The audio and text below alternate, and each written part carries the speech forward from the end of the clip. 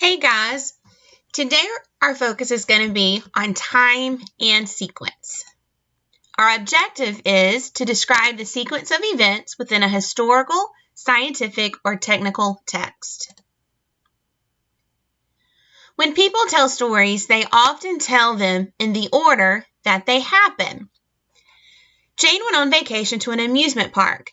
First, she stood in line to get her ticket. Then, she went on a lot of rides. Finally, she sat down and watched the parade.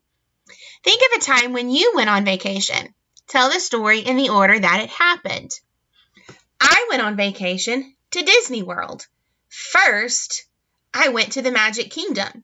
Then, I went to Epcot. Finally, I went to Animal Kingdom. Time order. When events are told in the order that they happened. The Miwok Indians lived along the Sierra Nevada mountains. These Indians were hunters and gatherers. First, in 1579, the Coast Miwok met Sir Francis Drake. After a while, in 1813, the Miwok battled with the Spanish at the Cosumnes River. Then, in 1833, a malaria epidemic killed many of the tribe. Finally, in 1850, the gold rush took place and many conflicts with the Miwok took place as a result. If you look at the bottom of the screen, you'll see a chart that lists the order of events that happened in the story based on dates. You see that the first one is 1579, and that's the first date in chronological order.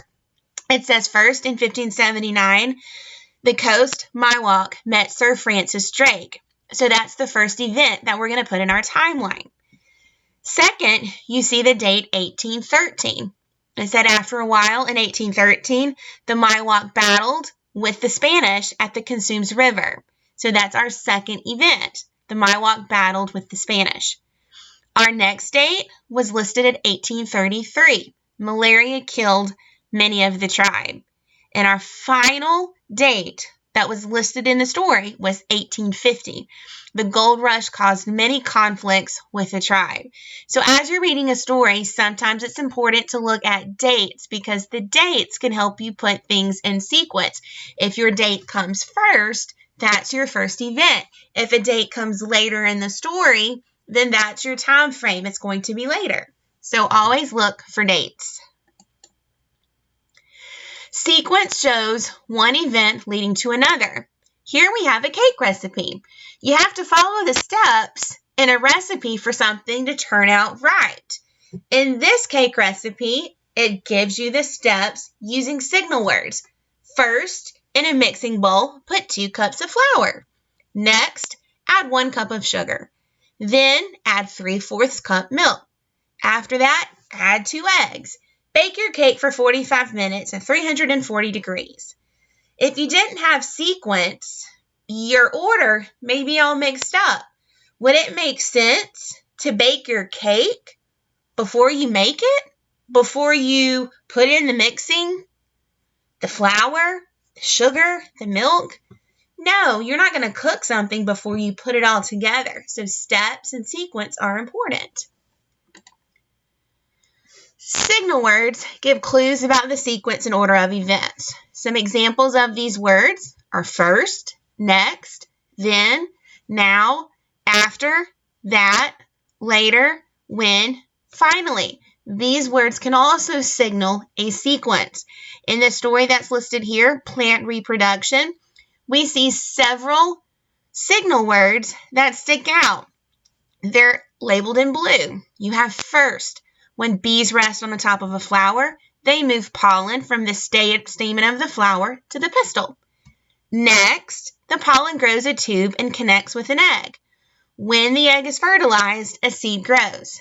Finally, a new flower can grow.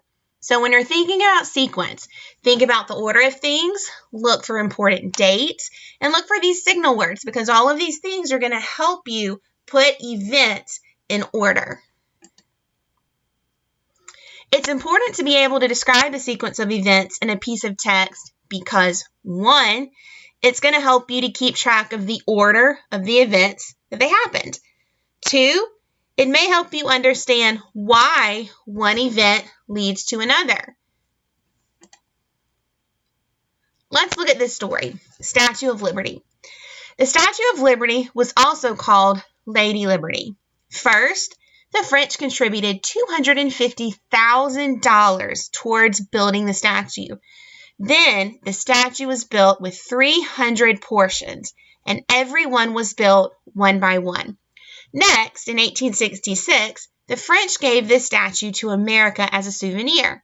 Finally, the statue sits on an island in the state of New York. So let's look at our chart. We're going to use our signal words to help us put the events of the story in order. Our very first signal word is first. Look at the first few sentences and see if you can find the word first. Did you find it? It says the French contributed $250,000 towards building the statue. So our signal word is telling us the very first event in our story. The French contributed $250,000 towards building the statue. Our next keyword is then. Go back into our story and find the word then and read what it says. Then the statue was built with 300 portions, and every one was built one by one. So this tells you what our second event is going to be. The statue was built with 300 portions, and everyone was built one by one. Now, look for the signal word next. It's right there. Next, in 1886, the French gave this statue to America as a souvenir. So the next sequence we'll plug in here. The French gave this statue to America as a souvenir. And our last sequence word is finally. When you locate it in the text, read what it says to find the event that happens next. The statue sits on an island in the state of New York. So our last event tells us where the statue sits. So now we have the order of how the Statue of Liberty came to America, where it now sits in New York City. We used our signal words first, then, next, and finally to help us put it in order. Let's try another one. The water cycle. Water in our environment moves in a cycle. First, heat causes water to turn into water vapor. This process is called evaporation. Water vapor is like hot air. Then, when air becomes hot, it rises. Later, when water vapor cools, it takes the shape of water again. This is called condensation. Finally, this water falls to the ground as rain. This is called precipitation. So, we're looking at our chart again, and you see your signal words. Read those to yourself. Now, since we have our signal words, let's locate them in the story to help us put the events in order. Find the word first. Read what it says. Let's see if you've picked the correct event.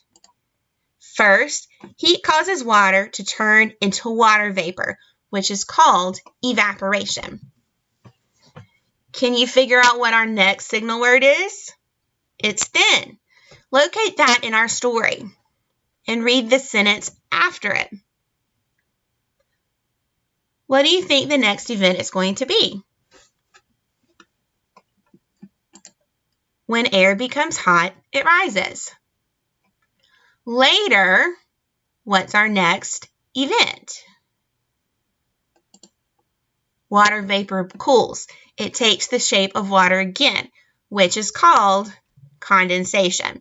And finally, our last event is the water falls to the ground as rain, which we know as precipitation. Let's try one more.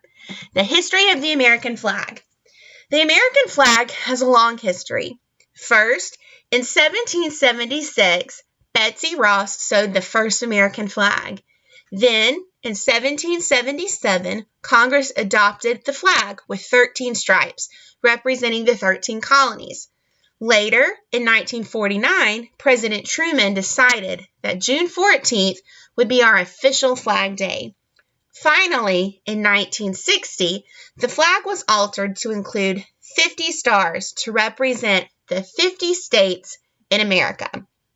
Now, I want you, maybe on a sheet of paper, to write the words first, then, later, finally. And I want you to pause this video before you do that. And I want you to see if you can put these sequences, these events, in the correct sequence. What happened first? What happened then? What happened later? Then what happened finally? After you've written that down, unpause the video and see if you got it right. All right, pause your video.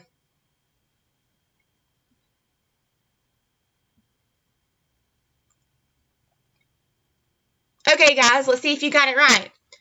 First, in 1776, Betsy Ross sewed the first American flag. Now, this event's pretty special because not only does it give you the clue word first, it also gives you a date, which we talked about earlier in the video, 1776. Dates can help you put things in order as well. Then, in 1777, Congress adopted the flag with 13 stripes. Even if the story did not give you the key word, it gave you a date. And we know that 1777 comes after 1776. So even if we didn't have the keywords, we had dates that would help us put these events in order.